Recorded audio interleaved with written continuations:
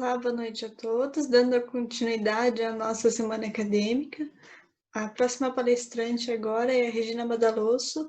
Ela irá tratar a respeito da economia de gênero e ela é PhD em economia pela Universidade de Illinois e professora associada ao INSPER. Boa noite, professora. Boa noite, Isabela. Tudo bem? Você está me escutando? Tô sim. Te passo a palavra. Obrigada. Pessoal, muito obrigada por estarem aqui numa sexta-feira de noite para escutar falar sobre economia de gênero. Como a Isabela falou, eu sou professora no INSPER desde 2002. Eu fiz minha graduação, meu mestrado, meu doutorado e eu acho que eu nunca soube exatamente o que eu queria estudar. E quando eu entrei nessa área, eu entrei via mercado de trabalho. E aí as coisas começaram a fazer sentido que eu tinha estudado até ali. Para mim é super importante conversar com estudantes e ter mais gente que queira trabalhar nesse assunto, porque tem muita coisa que a gente pode fazer dentro da economia, e eu sei que vocês têm professores que podem ajudar vocês muito na Universidade Federal do Paraná. Várias, assim, vocês têm o Ivan, que é editor de diversas revistas, eu tenho bastante contato com ele por causa da revista Análise Econômica. O Paulo Jacinto foi meu contemporâneo quando eu estava fazendo mestrado na URGS, e ele também, e a Raquel Guimarães, que é a professora de vocês, que eu acho que mais estuda, que mais se aproxima com essa área de estudo que eu também tenho. Eu escolhi apresentar para vocês, e eu vou dar um share na minha tela. Vocês estão conseguindo visualizar a tela do meu computador? Deu certo, Isabela? Tá certinho. Deu? Beleza. Eu escolhi apresentar para vocês um artigo que ele está bem encaminhado, embora eu ainda não... Eu e a minha coautora, Mariana, que foi minha aluna, a gente ainda não finalizou ele, mas eu acho que ele fala bem sobre essa temática de gênero e mostra que quando você escolhe estudar gênero, você tem diversos caminhos, inclusive caminhos ligados à metodologia, que foi o que a gente precisou fazer nesse artigo. Então, esse é o artigo de conclusão de curso da Mariana na graduação, e ele fala sobre casamento infantil. A gente queria entender, a gente queria estudar casamento infantil no Brasil. Quando a gente escuta falar de casamento infantil, as pessoas logo pensam, a gente está falando da Índia, a gente está falando de um país longe. E eu vou mostrar para vocês que casamento infantil, a gente tem um problema relativamente sério no Brasil. Acho que não é nem relativamente, é um problema sério. Como se define casamento infantil? Todo casamento ou união em status marital antes dos 18 anos de idade é considerado casamento infantil. Antes dos 14 anos de idade, sexo com crianças com 14 anos ou menos é considerado estupro. No Brasil, a gente tem crianças casadas antes dos 14 anos de idade. Então, é desse tipo de casamento que a gente queria falar, e o jeito que a gente encontrou foi tentar linkar o efeito desses casamentos com a educação dessas mulheres no futuro. Então, o nosso objetivo era ver como uma união muito cedo implicava em diferenças no futuro para os níveis educacionais que as mulheres atingiam. Esse era um objetivo teórico, era nosso objetivo também empírico. Mas aí a gente se deparou com um problema que no Brasil faltam bases de dados atuais que a gente consiga estudar casamento e o efeito no futuro. Eu vou mostrar para vocês que a gente tem uma base super interessante que fala sobre a questão das mulheres, da união, da saúde delas, que é a PNDS, só que a última que a gente tem disponível é 2006, e nós estamos em 2020. E nós temos outras bases fantásticas, entre elas a PNAD, onde você consegue estudar educação, salário, diferenças, muitas coisas. mas que não pergunta sobre casamento de uma forma muito específica. Então, a gente tinha uma base com a pergunta que a gente queria e outra base com as variáveis que a gente precisava. Isso fez com que esse artigo tivesse um segundo objetivo, que era desenvolver uma metodologia onde a gente linkasse as duas bases de dados. Então, ele é um artigo de gênero com uma questão metodológica interessante. Para a gente começar a entrar no assunto, esse gráfico ele é revelador, porque ele mostra o percentual de mulheres que tinham entre 20 e 24 anos de idade, mas que já tinham casado antes dos 18 anos de idade. Então, a gente pega pessoas jovens, porque vocês podem dizer, tá, Regina, mas isso era comum lá, década de 60, 70, não agora. Não, nós estamos falando de mulheres de 20 e 24 anos de idade entre 2000 e 2011. Não faz tanto tempo assim. E aí, quando a gente olha o Brasil, vocês veem que tem umas cores, né? O amarelo, o laranja, o vermelho e um roxo. A gente está no vermelho.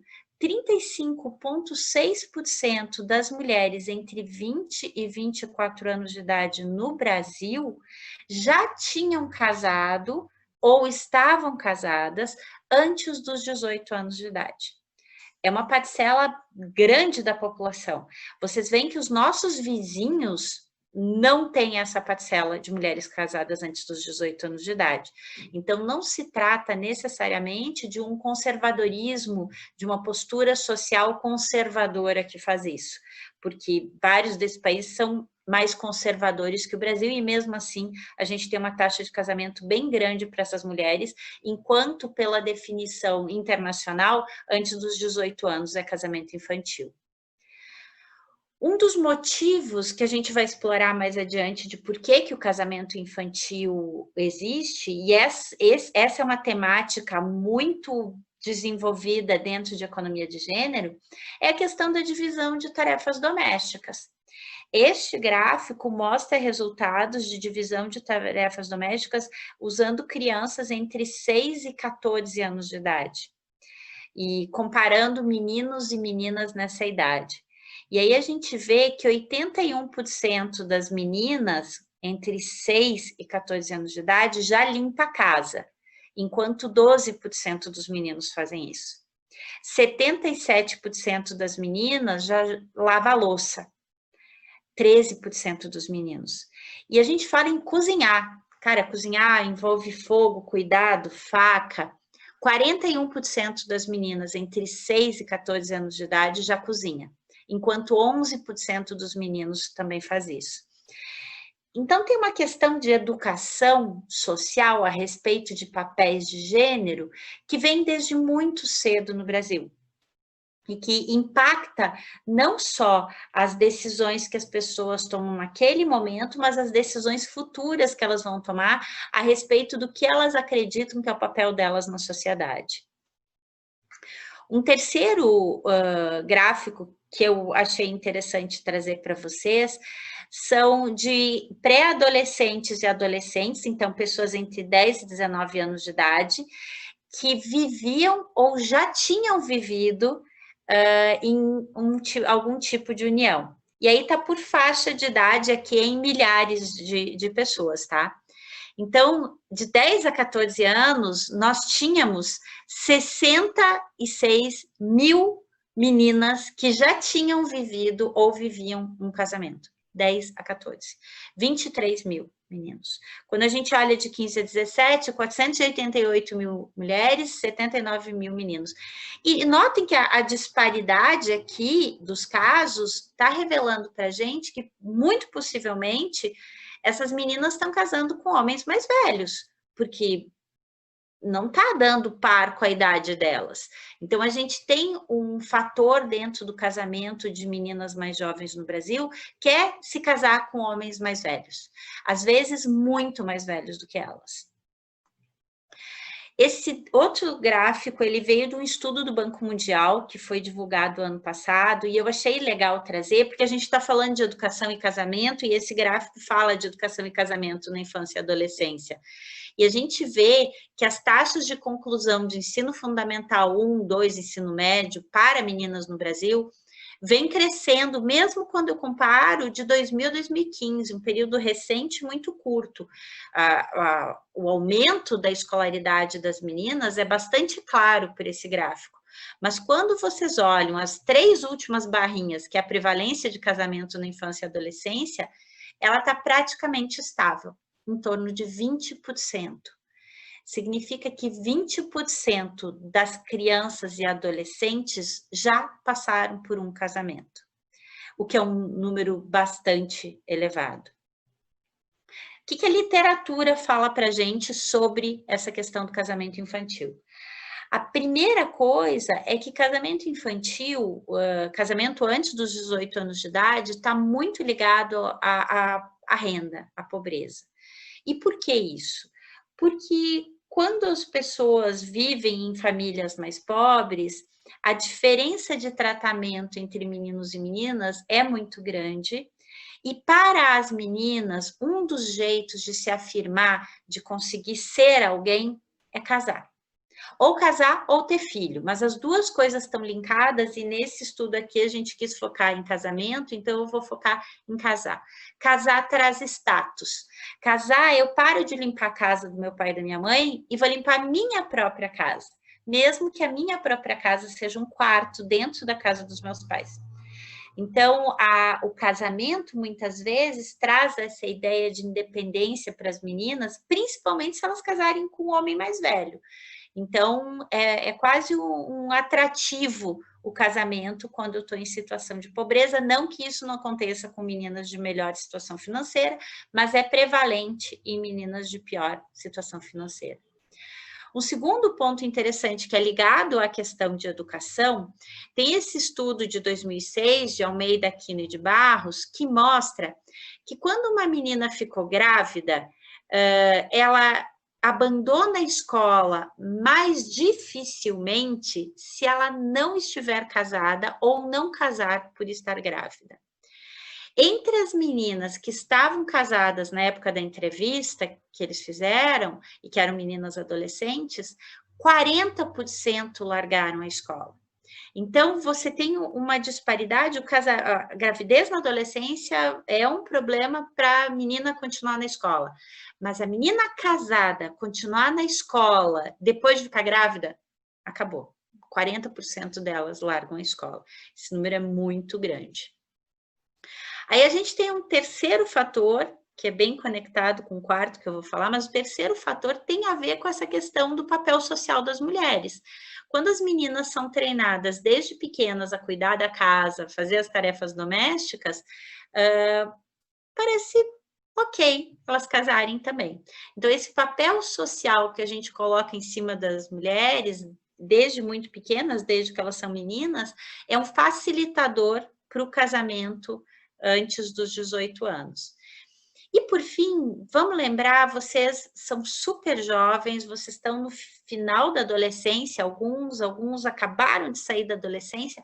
A adolescência é muito chato, é uma coisa horrível, dificilmente alguém lembre os nossos melhores anos da minha vida, realmente é complicado para meninos, é complicado para as meninas, mas para as meninas tem uma questão adicional que elas não conseguem se colocar tão bem, elas não sabem exatamente como passar esse período de adolescência, mais até do que os meninos, a questão hormonal, o crescimento, o quanto elas são cobradas para amadurecer mais cedo, o quanto elas têm que fazer diversas coisas e essas coisas não são remuneradas, cuidar de irmão, cuidar da casa, os meninos já começam a trabalhar, muitas vezes as meninas não conseguem, isso é um quarto fator facilitador para que elas casem antes dos 18 anos.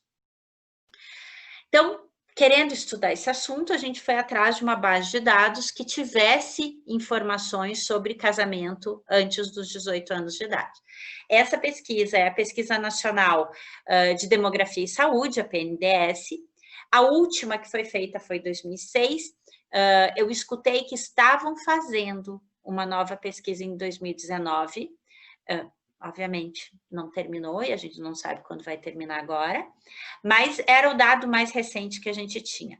A PNDS é legal para aqueles de vocês que querem trabalhar com saúde, porque ela tem dados muito detalhados. Ela estuda mulheres entre 14 e 49 anos de idade, e ela pergunta sobre a primeira menstruação, se já fez aborto, se recebe auxílio do governo, Bolsa Família, quais são os métodos anticoncepcionais que usam, e ela tem algumas coisas que outras pesquisas, tudo isso outras pesquisas não têm, mas em principal, a idade que a menina ou a mulher começou a viver junto com outra pessoa como um formato de casamento, mesmo que não um casamento no cartório.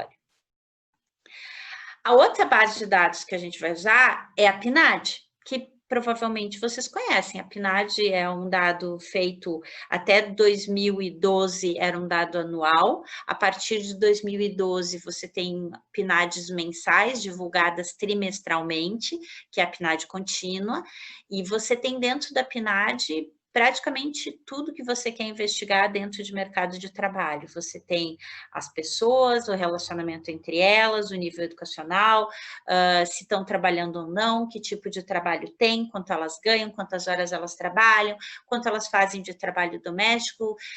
Então, você tem uma série de dados e a cada ano você tem uma PNAD temática de alguma coisa. A gente já teve PNAD sobre violência, que é a pesquisa de vitimização dentro da PNAD. A gente já teve PNAD temática ligada ao uso de celular. Então, a PNAD é fantástica, ela tem muitos casos, ela é enorme, aborda o Brasil inteiro, é muito, muito boa. Alguns dados da PNAD, por exemplo, entre 2002 e 2015, na amostra que a gente tem, 51% da PNAD investigada nesse período era composta por mulheres. Dessas mulheres, 31%, a idade delas média era de 31 anos, e aí a gente casou homens e mulheres para ver a idade do marido, né? Lembra que eu falei lá atrás que as mulheres casavam com homens mais velhos? Em média, 10 anos mais velha. A idade do marido na PNAD, nesse período, era de 41,7, ou seja, quase 42 anos. 44% das mulheres que a gente estava olhando estavam casadas na hora da entrevista e 76% tinham uma mãe viva. Bastante, né? Aqui alguns dados a respeito de cor e raça. A gente tirou da amostra tudo que não fosse branco, preto e pardo, embora essa palavra seja horrível, porque a gente juntou branco e negros, a gente fez uma dicotomia. Se a gente colocasse nesse estudo a questão de amarelos, indígenas ou raça não declarada, ia complicar muito. Então, a gente fechou nessas duas cores e raças que a gente achou melhor, brancos e negros. A divisão geográfica, mostrando que é bem representativo de todas as regiões que a gente vai estudar, e a questão educacional, mostrando o baixo nível educacional que a gente tem até hoje no Brasil. Este é um dado que nos interessa muito, porque a gente, na PNAD, você tem a relação da pessoa dentro da família, como ela se coloca. Ela pode ser a pessoa de referência, ela pode ser esposa da pessoa de referência, ou esposo da pessoa de referência, filho, e várias outras denominações. Nós usamos na PNAD quem se declarava esposa da pessoa de referência. Até início dos anos 2000, era muito comum que quando você perguntasse a pessoa de referência na família e tivesse um casal, o homem fosse indicado como a pessoa de referência. Porque ninguém dizia é quem ganha mais ou é quem manda aqui na casa, não. Quem é a pessoa de referência? A pessoa de referência é o fulano de tal. Quem é o dono da casa? O dono da casa é o fulano de tal. Então, isso foi diminuindo, agora a gente já sabe que tem muitas casas que a pessoa de referência é a mulher.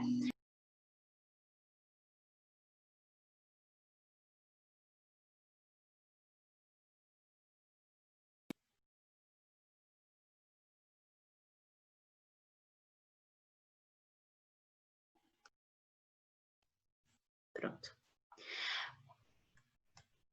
Para este gráfico aqui, para este gráfico que eu estou mostrando, a gente resolveu estudar as mulheres que se declaravam como esposas, para ter uma amostra de quem se declarava como esposa. Nosso foco era justamente as meninas mais jovens, dificilmente elas seriam a chefe do domicílio. Então, a gente olhou que na amostra em geral, 64% das mulheres se declaravam esposas, e 50% em 2002, e em 2015, 58%. Mas o nosso foco são essas linhas ali de baixo, a linha verde e a linha roxinha. A linha roxinha é o percentual de meninas entre 15 e 17 anos que se declaravam esposas na PNAD. E em 2002, 10% das meninas entre 15 e 17 anos se declaravam esposa da pessoa de referência. Esse número caiu para 7,7% em 2015. Vocês podem dizer, Regina, mas lá atrás você falou 20. Como é que você está falando 10 ou 7 agora? Qual é a mistura desses dados? É que lá atrás, quando eu falo 20, eu digo que é todo mundo que já foi e talvez não esteja mais casado. Muitos casamentos que ocorrem quando a menina é muito jovem, ele se desfaz ao longo do tempo. Isso é uma fotografia daquele momento, e lembrem, eu estou pegando só aquelas que estão se declarando as cônjuges da pessoa de referência. Se elas estiverem morando na casa dos pais e elas forem casadas, mas elas não conseguirem achar que elas são esposa da pessoa de referência, se elas ainda acham que a referência é o pai delas, elas não vão se declarar como esposas da pessoa de referência. Então, esse número é um número grande, se a gente olhar, quase 8% das meninas entre 15 e 17 anos são esposas, mas ele definitivamente não mede a realidade. Talvez algumas já tenham sido e eu nem estou olhando ali, porque nesse momento elas não são mais. E talvez algumas é pela própria descrição da PNAD. Mas aí a gente tinha um problema, né? Porque a variável que a gente tinha interesse era a variável idade que a pessoa começou a viver com o primeiro parceiro. Mas essa variável eu não tinha na PNAD, eu tinha só na PNDS, que era muito antiga e que eu achava, Mariana e eu, a gente achou que não valia a pena fazer o estudo. Então, o que a gente fez? A gente montou uma estratégia de conseguir capturar dados na PNDS e transportar esses dados para a PNAD de alguma forma. O que a gente imaginou fazer? Usando algumas variáveis que tinham nas duas bases de dados, região de residência, se vivia numa área urbana, a cor ou raça, se recebia Bolsa Família, e a renda do trabalho, que é a única variável de renda que eu tenho na PNDS, a gente montou uma função de probabilidade dentro da PNDS. Então, o que eu fazia? Eu usava essa função de probabilidade, porque eu tinha os dados de quem tinha casado ou não antes dos 18 anos, e eu usava as características dessas mulheres para depois, com essas características que eu medi, com os coeficientes que eu estimei nessa regressão, eu transportar para a PNAD e ver essa probabilidade. Isso era legal, em primeiro lugar, porque quando a gente fala de casamento antes dos 18 anos e nível de educação atingido, a gente sabe que tem uma endogeneidade, porque as pessoas que têm certas características que levariam a desistir da escola, a largar a escola antes de completar, são as pessoas que talvez tenham características que casariam mais cedo. E as pessoas que casariam mais cedo, talvez sejam as pessoas que tenham características de largar a escola mais cedo. Então, a hora que eu trabalho com uma base de dados para definir a probabilidade de casamento, então é um grupo de pessoas aqui dentro, e transporto esse grupo para outra base de dados, somente os coeficientes, de certa forma, não perfeita ainda, eu limpo um pouco essa endogeneidade, minha regressão fica melhor do que ela ficaria se eu usasse o dado simples todo na mesma base de dados. Então, a minha primeira regressão é essa regressão aqui, que é uma regressão onde o meu Y estrela é 1, quando a pessoa declarou, a mulher declarou que casou antes dos 18 anos de idade, e 0 se ela casou depois ou não casou. E aí, a série de características que eu usava para estimar essa função de probabilidade. Era um Probit, a gente resolveu usar um Probit, ele deu um fit legal. Deixa eu mostrar para vocês alguns gráficos. Esse gráfico A é quando eu pego o próprio Probit no Stata e eu faço um predict dele para ver a distribuição que dava com o Probit. O gráfico B, ao invés de eu usar o Stata, eu uso os coeficientes, porque eu não vou conseguir transportar o predict para a PNAD. Então, o que eu faço? Eu pego os coeficientes e gero as probabilidades para ver se com os coeficientes eu tenho uma distribuição parecida na base de dados que eu gerei. E ali na PNDS é muito parecido. Os meus coeficientes estão estimando muito parecido do que o predict na probabilidade de terem casado antes dos 18 anos. E o gráfico grandão que está do lado é o gráfico usando os coeficientes já na PNAD. E vocês veem que eles ficam muito parecidos, esse gráfico grande está muito parecido com os dois anteriores, então parece que deu um fit legal com os dados da PNAD e a função de probabilidade que a gente usou. Mas eu quero saber o impacto de ter casado ou não ter casado.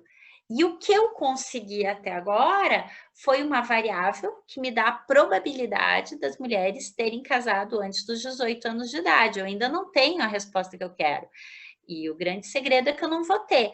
Mas eu vou escolher um limite, que é o limite que me diz quanto eu confio que a mulher tenha casado ou não. Então, se vocês olharem antes dos 18 anos de idade, se vocês olharem para esse gráfico que está aqui, o gráfico grandão, vocês vão ver que tem uma concentração muito grande de probabilidade, em torno de 40%, e ela diminui drasticamente, né, nas probabilidades maiores. A gente escolheu o quê? A gente escolheu o 85% e fez testes para ver como funcionava ao redor, e os números dão muito parecidos. Mas notem que tem essa cauda superior, tem pouca gente. E aí a gente fez o quê? A gente definiu o nosso corte em: eu vou considerar que 85% é como se a mulher tivesse casado antes dos 18 anos de idade. Ou ela tem características que com muito forte probabilidade essa mulher casou antes dos 18 anos de idade. E todas que estão abaixo de 85%, eu vou dizer que elas não casaram antes dos 18 anos de idade. O pior que pode acontecer é eu estar jogando contra o meu próprio resultado, porque eu estou tirando da minha amostra de mulheres que casaram antes dos 18 anos de idade, talvez mulheres que tenham casado, mas é o jeito mais seguro de eu tentar mexer. A gente fez essas variações que eu falei para vocês, mas não deu muita diferença, e a gente achou que desse jeito estava adequado. A gente pensa até, a gente apresentou há pouco tempo atrás esse artigo, a gente recebeu um feedback que a gente poderia selecionar as que têm probabilidade de 0 a 25% de terem casado, ou 0 a 15%, e comparar com essas de 0 a 85%. Também a gente não fez isso ainda, mas poderia fazer. E aí, o que eu vou fazer com isso aqui? Agora que eu consegui definir quem eu acho que casou antes dos 18 anos e quem eu acho que não casou, acho um chute bem educado, porque eu tenho uma regressão por trás dessa minha tentativa de prever alguma coisa, né? Eu vou fazer um propensity score, que eu acho que vocês conhecem. O propensity score faz o quê? Eu pego pessoas que passaram por um tratamento, no caso, casaram, ou tem uma probabilidade muito alta de terem casado antes dos 18 anos de idade, e eu encontro pessoas que não passaram pelo tratamento, que eu chamo de grupo controle, e vou dar match nas características deles, fazer parzinhos entre eles. Ah, então eu tenho que ter um suporte, e aqui a gente usa um suporte comum, dizendo que a distribuição daquelas que casaram antes dos 18 anos, ou que tem 85% de chance de terem casado antes dos 18 anos de idade, tem que ter uma distribuição igual daquelas que eu estou dizendo que não casaram. E aí eu vou comparar a questão de educação com elas.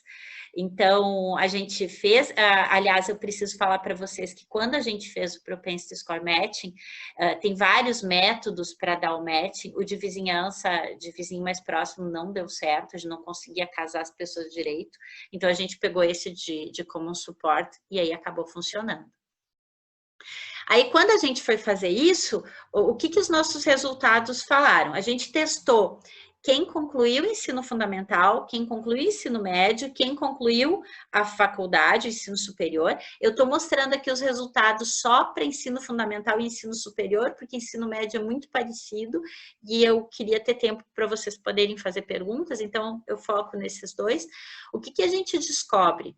Que para aquelas pessoas que concluíram o ensino fundamental, viver numa área urbana diminui muito a chance de elas, a probabilidade, estou falando de probit, a probabilidade de elas terem casado antes dos 18 anos de idade. Morar no Nordeste, ao contrário, aumenta muito essa probabilidade. E a mesma coisa acontece com conclusão do ensino superior, sendo que aqui a gente tem um resultado que eu ainda não sei explicar, não tive uma iluminação de porque, nem eu nem a Mariana, a gente já sentou e conversou, mas não consegue encontrar. Quando eu falo de conclusão de ensino superior, ser branca aumenta a probabilidade de ter casado antes dos 18 anos de idade. Eu realmente não consigo explicar por que uma menina casada antes dos 18 anos de idade, branca, tem uma chance grande de concluir ensino superior. A área urbana continua igual, diminui a probabilidade para todo mundo, o Nordeste aumenta, as outras regiões caem.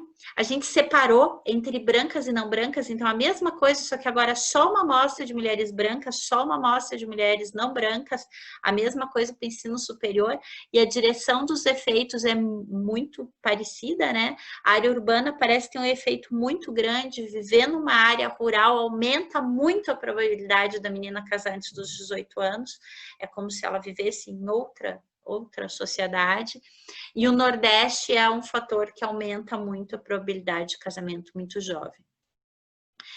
E o efeito? Aqui a gente vê o efeito do tratamento nos tratados, ou seja, o efeito do casamento antes dos 18 anos nas meninas que têm essa probabilidade de mais de 85% de terem casado antes dos 18 anos.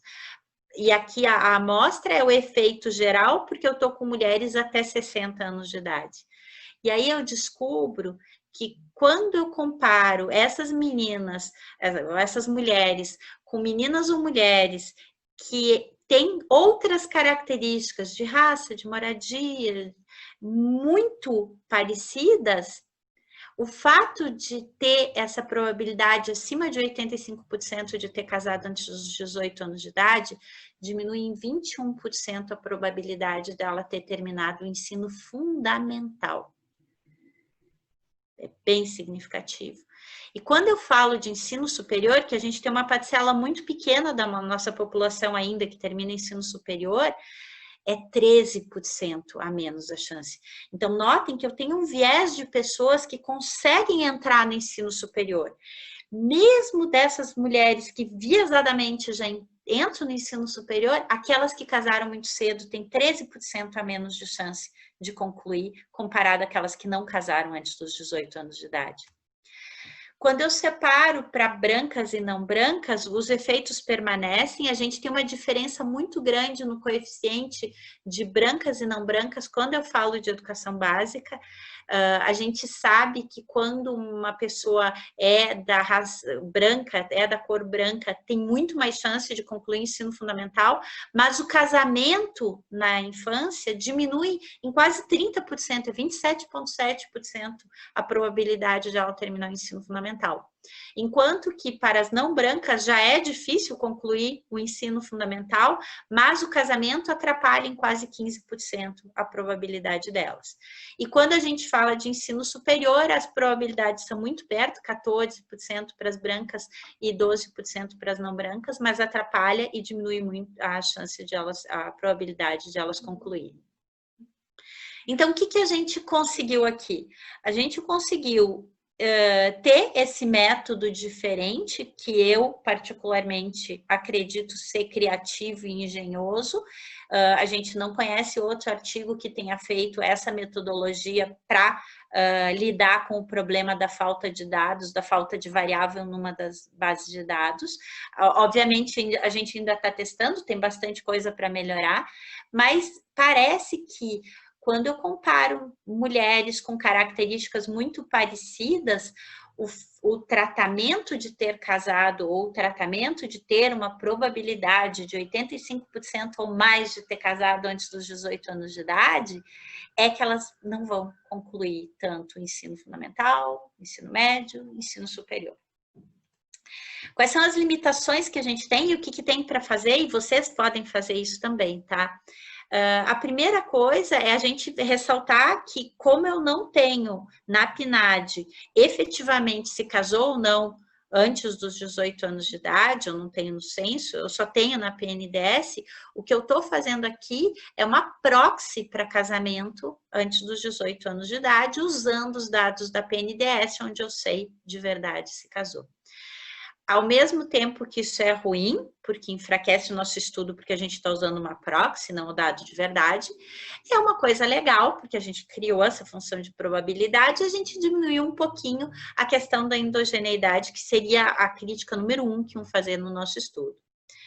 Um outro fator que a gente acredita que poderia ser melhorado é que a PNAD, ela entrevista, é Brasil inteiro, mas áreas muito marginalizadas, moradores de favela ou de lugares muito distantes, eles não são entrevistados na PNAD.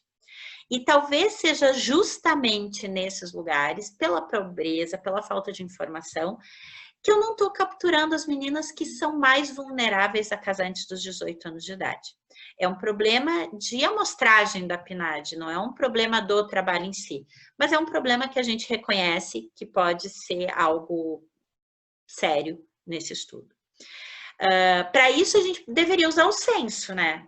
A gente pensou em usar o censo de 2010, mas daí já estava tão perto de sair o censo de 2020, a gente não sabia que ia ter pandemia, a gente achou, nossa, ano que vem tem censo, aí em 2021 a gente mexe nos dados.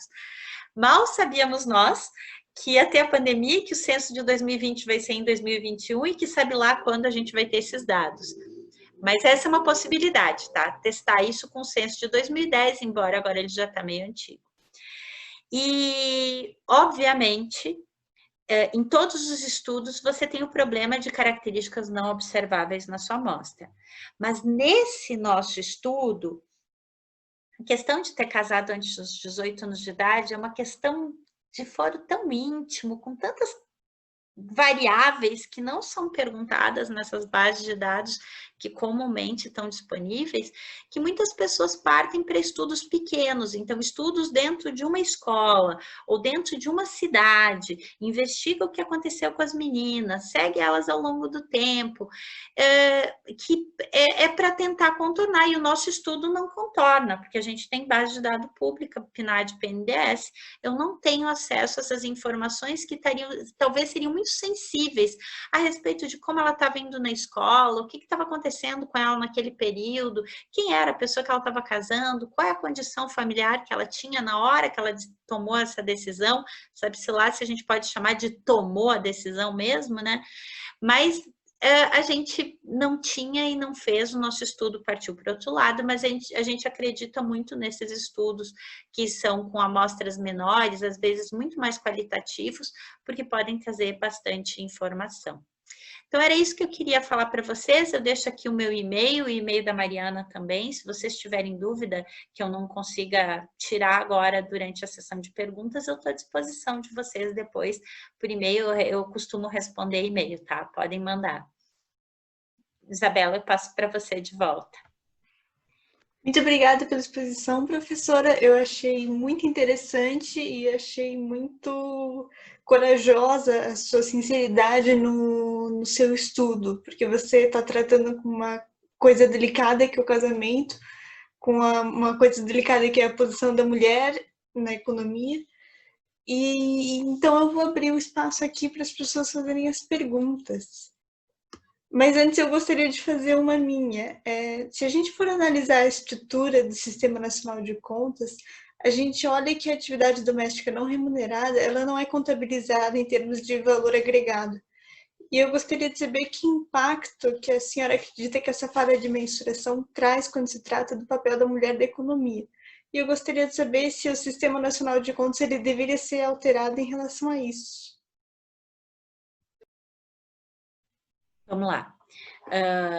Eu trabalho muito pouco com economia normativa, tá? Então, a minha resposta vai ser muito menos se eu acho que deve ou não deve, mas eu consigo entender os impactos grandes de a gente não fazer essa mensuração. Para mim, o maior impacto, o mais danoso, não tem nem a ver com conta nacional, tá? Para mim, o mais danoso é a desvalorização que a gente faz do trabalho doméstico. Dos afazeres domésticos, né? Porque a empregada doméstica entra na conta, quem não entra é a dona de casa. Então, é como se nós, mulheres, que grande parte do trabalho doméstico é feito pelas mulheres, para mulheres que trabalham em tempo integral, comparadas com homens que trabalham em tempo integral, são 10 horas a mais, o dobro da média semanal que um homem que trabalha 40 horas por semana, 40, 44. Então, o grande problema que eu vejo é considerar que esse trabalho é simplesmente uma responsabilidade das mulheres. E, para mim, a pandemia, ela veio e ela mostrou para o mundo que isso acontece. Porque para as mulheres de classe mais alta, o trabalho doméstico era facilmente partilhado com uma pessoa chamada empregada doméstica. Então, essa pessoa vinha e eu fazia muita coisa, mas essa pessoa vinha e fazia o resto do que precisava e assim a gente ia vivendo a vida. A partir do momento que você entra numa pandemia, que o batalhão de empregadas domésticas deixou de trabalhar na casa das mulheres que têm maior renda, esse trabalho ficou. E elas disseram, opa, como assim ficou? Eu também estou trabalhando, eu também estou em home office, eu também tenho as minhas coisas para fazer, e como é que eu vou fazer tudo agora? E aí essa discussão começou a aparecer na imprensa, eu achei fantástico. Finalmente alguém gritou e a gente vai falar sobre a questão de divisão do trabalho doméstico, que não é igualitária, nunca foi, e se a gente não fizer alguma coisa, vai continuar não sendo.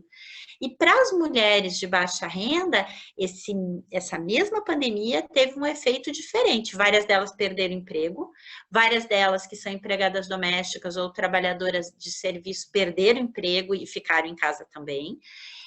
E elas, dentro da casa delas, tiveram outras dificuldades. Enquanto as mulheres de classe mais alta tinham o trabalho delas e os filhos que estavam na escola, com a escola virtual, com aula, não sei o quê, as mulheres de baixa renda ficaram muitas vezes sem emprego, com os filhos e o marido muitas vezes dentro de casa, todo mundo, alguns desempregados, outros não, sem aula, porque vamos combinar, eles não tiveram aula direito, não estão tendo até agora, e essas crianças demandando atenção o tempo inteiro. Então, mulheres de todas as faixas de renda viram essa demanda crescer, e aí alguns homens começaram a se dar conta, opa, tem alguma coisa errada aqui. Então, para mim, Isabela, o maior problema é a questão da desvalorização. Se vai medir, se vai incluir ou não vai incluir, particularmente para a Regina, não é essa a diferença. A diferença é que o que a gente não mede e não contabiliza de algum jeito, as pessoas não dão valor. Então, quando a gente fala, por exemplo, de participação de mulheres na liderança das empresas, e as empresas dizem, eu não sei quantas mulheres tem na liderança. Se você não mede, é porque você não acha esse número importante. Se você não acha esse número importante, você não acha importante a participação das mulheres. Porque se você achasse importante, você estava medindo. E você estava vendo. Diferença de salário é a mesma coisa. Eu não acho que tem diferença de salário dentro da empresa. Mede. Até agora, eu não conheço uma empresa que mediu e não encontrou diferença. É proposital? Obviamente que não é proposital. De todo meu coração, eu não acho que é proposital. Eu acho que realmente tem um sistema por trás que faz com que a gente ganhe menos. Mas se a gente não investigar o que está acontecendo e lidar com isso, é a mesma coisa do trabalho doméstico. É um fator que afeta muito mais as mulheres do que os homens, porque nós é que estamos sendo afetadas. E olha só, eu, mulher branca, estou falando nós, e aquelas mulheres negras que não têm nem a chance de chegar nos mesmos lugares que eu cheguei e que o salário delas é muito pior. A gente sabe que em questão de salário é homem branco, homem negro, quando ele consegue chegar no cargo, mulher branca e mulher negra. Então, a gente tem dentro dessa estrutura, obviamente que tem diferença entre as mulheres e que as mulheres negras são as que são mais penalizadas em tudo isso. E também, no trabalho doméstico, elas também são penalizadas do mesmo jeito que a gente. Então, para mim, esse é o maior problema, tá, Isabela? Muito obrigada. O próximo a fazer pergunta é Rafael Duarte, ele vai fazer via microfone. Boa noite, professora. Queria agradecer a exposição aí, eu acho que foi muito bacana, assim, eu gostei muito da apresentação, apesar dos dados não serem muito animadores, né? Realmente muito triste essa questão. Eu queria saber, na sua visão, quais são os caminhos para a gente poder tentar, pelo menos, começar a mudar esse contexto no Brasil, principalmente em relação às crianças mais novas, né? Que, pelo menos, eu enxergo como um problema maior. Rafael, a tua pergunta é muito boa, porque assim, o que que a gente pode fazer, né? De tudo que eu já li e estudei, eu vejo que o que a gente pode fazer coisas que remediem agora a situação em todos os campos, em questão de tratamento digno para as mulheres, diminuição da violência, e a gente conseguir equilibrar essa questão da responsabilidade doméstica, mas passa por algo, uma mudança social que ela é imprescindível. A discussão do papel do que é ser mulher, do que é ser homem dentro das escolas, ela é extremamente importante. Se a gente começar a possibilitar que meninos e meninas tenham acesso aos mesmos brinquedos, isso não vai mudar a orientação sexual das crianças, é só elas terem a disponibilidade dos mesmos brinquedos. Só isso já vai mostrar que a gente é muito igual. Tem um estudo que eu gosto muito, muito, que é um estudo que foi divulgado em 2018, eu acho, sobre como as crianças enxergam o que é ser esperto. Eu não sei se vocês já viram o que é ser esperto e o que é ser legal. E são pesquisadores da Universidade de Illinois. Talvez eu goste muito porque é a universidade onde eu estudei, então eu adoro tudo que sai de lá, mas eles fizeram o quê? Eles foram em salas de aula de crianças de 5, 6 e 7 anos de idade, e eles perguntavam para as crianças, eles contavam uma historinha, né? No local onde eu trabalho tem uma pessoa muito esperta, ela sabe resposta para tudo, ela é rápida, ela tem um raciocínio muito bom, é a pessoa mais esperta que eu conheço no mundo. E mostravam 4 bonequinhos para as crianças, 2 bonequinhos de homens e 2 bonequinhos de mulher, vestidos mais ou menos iguais, para não ter algum tipo de viés na escolha das crianças. E diziam para as crianças: quem é essa pessoa esperta? Desses bonecos, quem será que é a pessoa esperta que eu contei a história? E quando tinham 5 anos de idade, os meninos diziam que o esperto era um bonequinho de homem e as meninas diziam que o esperto era um bonequinho de mulher. Quando passava para os 6 anos de idade, tinha uma mudança, os meninos continuavam achando que o boneco de homem era esperto, mas as meninas passavam a acreditar que o boneco de homem era esperto. Elas não conseguiam identificar essa característica esperto com menina, a partir dos 6 anos de idade. Aí eles faziam a mesma historinha, só que era uma pessoa legal. Tem uma pessoa muito legal no meu trabalho, mostra os 4 bonequinhos. De novo, 5 anos de idade, meninos acham que o legal é um homem, meninas acham que é uma mulher. 6 anos de idade, meninos e meninas concordam que quem é legal é a mulher. Legal e esperto parece ser alguma outra coisa. Eles testaram também quem tinha boas notas e a partir dos 6 anos de idade, meninos e meninas concordam que quem vai melhor na escola são as mulheres. E é verdade, as meninas vão melhor em média na escola do que os homens. E aí vocês dizem, tá, mas qual é o problema? O problema é que no final eles fizeram um joguinho com as crianças. E eles disseram para as crianças assim: você tem um jogo que você só ganha se você for muito esperto. E você tem outro jogo que você só ganha se você for muito dedicado. E aí, aos 6 anos de idade, os meninos foram para o jogo do esperto e as meninas foram para o jogo do esforço, do dedicado.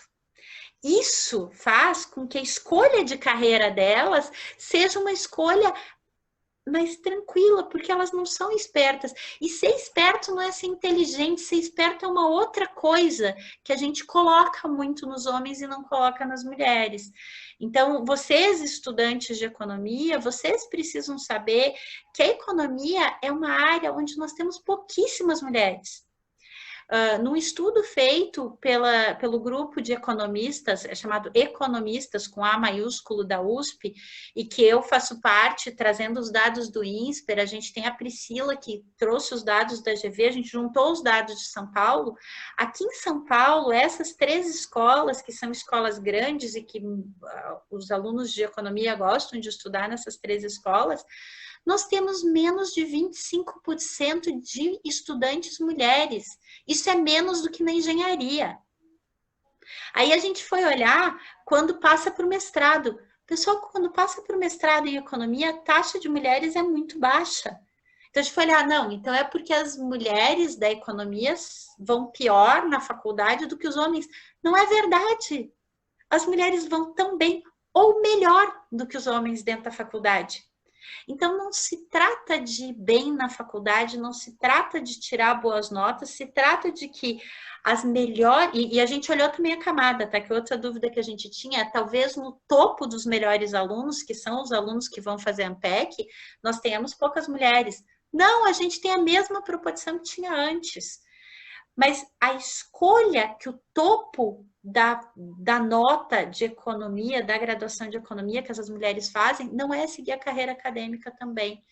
Então, a gente tem uma questão dentro da economia na graduação, piora no mestrado, fica muito pior no doutorado, as mulheres somem, elas vão fazer outra coisa. Aí vocês olham os departamentos, eu não cheguei a contar a proporção de mulheres no departamento da Federal do Paraná, mas se vocês olharem no departamento que eu pertenço, são pouquíssimas mulheres na economia. Se vocês olharem na USP, se vocês olharem na GV, se vocês olharem na IPGE, na PUC-Rio, na URGS, que foi onde eu fiz meu mestrado. Então, se a gente não mudar, Rafael, a cultura que a gente está envolvido e os desafios serem tão diferentes para homens e mulheres, essa situação não muda. É óbvio que tem um papel das mulheres nisso, tem um papel de nós, professoras, continuarmos incentivando nossas alunas se dedicarem pra caramba, tem tudo isso. Eu não estou tirando a responsabilidade das mulheres de conseguirem os cargos, de lutarem por isso, elas têm. O ponto é que elas estão tendo essa responsabilidade agora, elas estão tendo ação e não estão tendo resultado. E isso fica bastante claro conforme evolui na carreira. Este é que é o problema. Então, culturalmente, a gente tem que mexer, e essa mexida envolve uma mudança desde o início do sistema educacional. Obrigado pela resposta, professora. Longa, né, Rafael? Desculpa. Não, ótima resposta. É que eu me empolgo e aí eu viajo, desculpa. Agradeço.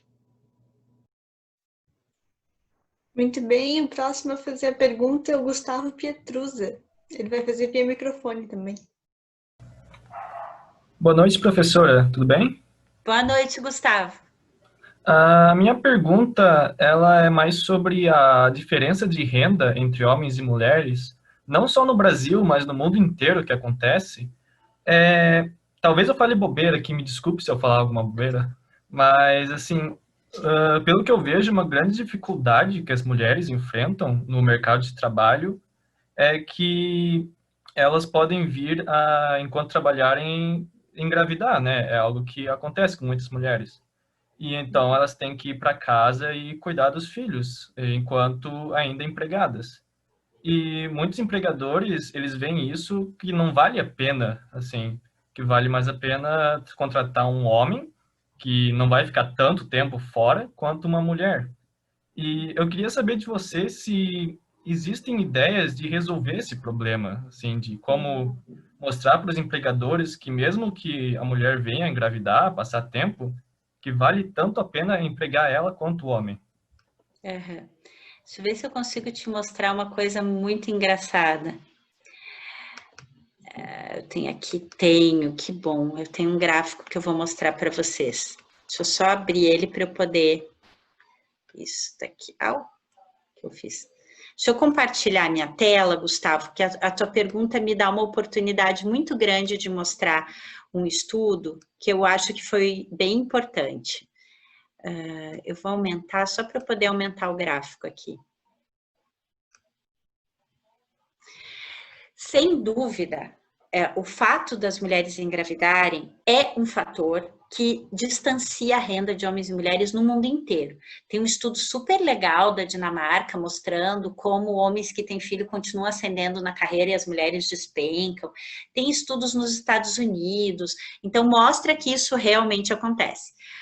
Uma das explicações para isso acontecer é a própria licença maternidade, tá? Aqui no Brasil, várias pessoas dizem, licença maternidade, as mulheres ficam afastadas muitos dias do trabalho, isso é um problema.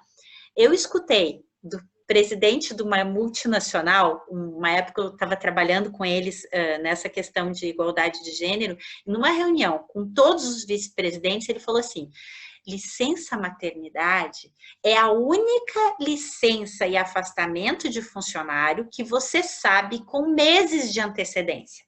Mesmo que a mulher não te contar, chega uma hora que a barriga aparece. E alguém que fica doente e simplesmente desaparece da empresa é de uma hora para outra, às vezes no meio do expediente. Então, assim, licença maternidade não deveria ser a nossa preocupação. Pensando nisso, a Adriana Carvalho, que era da ONU Mulheres, hoje ela trabalha na EY, na consultoria, mas na época ela era funcionária da ONU Mulheres, e a gente começou a conversar com diversas empresas, e as empresas diziam para a gente assim, sabe que eu fui olhar o número de dias de afastamento de homens e mulheres dentro da minha empresa, e os homens saem mais do trabalho do que as mulheres por ano? Mas eu não posso divulgar, porque esse dado é privado da minha empresa. E fala uma empresa, fala duas empresas, uma hora a Adriana e eu, a gente disse, não, calma aí, vamos pegar esses dados. A gente foi para os dados da RAIS, eu tenho acesso à RAIS identificada, eu peguei a RAIS de 2017, e eu fiz o seguinte, para todas as pessoas que estavam empregadas o ano inteiro, então eu até, de novo, eu joguei contra, eu adoro jogar contra nos meus estudos, porque se eu encontro algum resultado com isso, com certeza, no geral, tem. E a gente dividiu as pessoas em faixas etárias, que é isso que vocês estão vendo aqui no meu gráfico, tá? Então, vocês vão ver... Deixa eu baixar aqui. Tá, aqui. De 20 a 25 anos, de 25 a 30, 30 a 35 e assim por diante. Na RAIS, eu não sei quantos de vocês sabem, a RAIS é um dado que o Ministério do Trabalho coleta, é obrigatório, para todas as empresas declararem salário, horas de trabalho, dias de afastamento, motivo de afastamento, grau de educação, um monte de coisas que as empresas têm que declarar sobre os funcionários.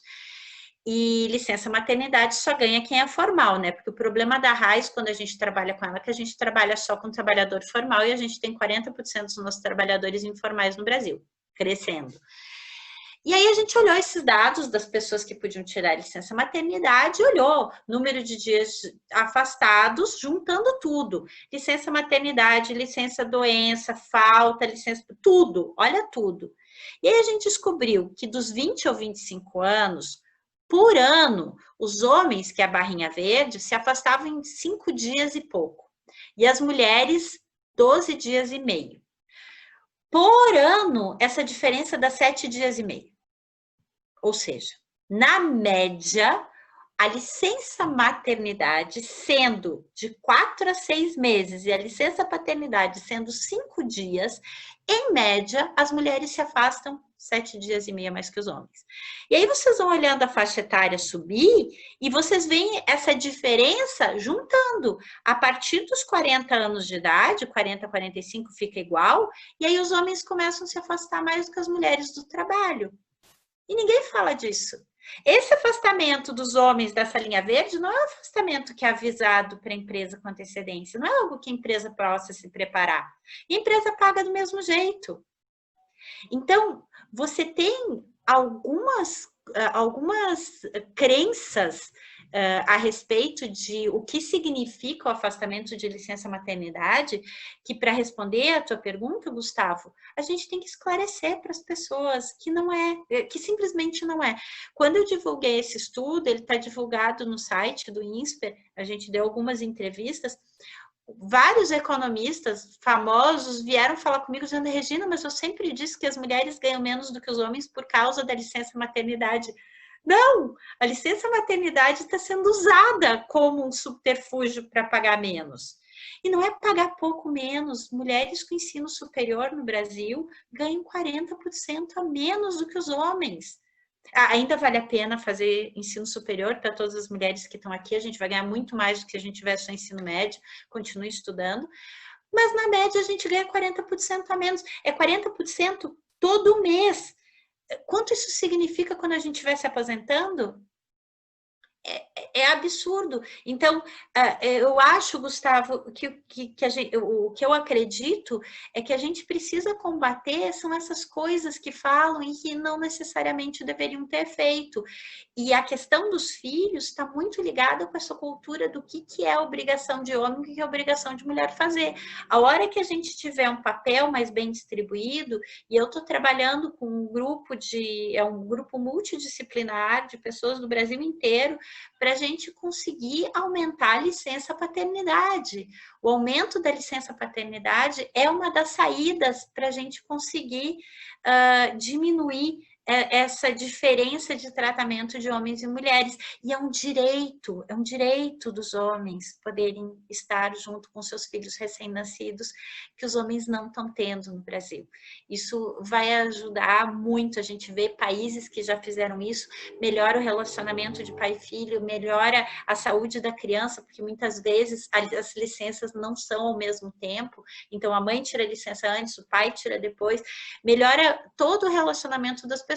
Não vai para zero a diferença salarial, mas já melhora.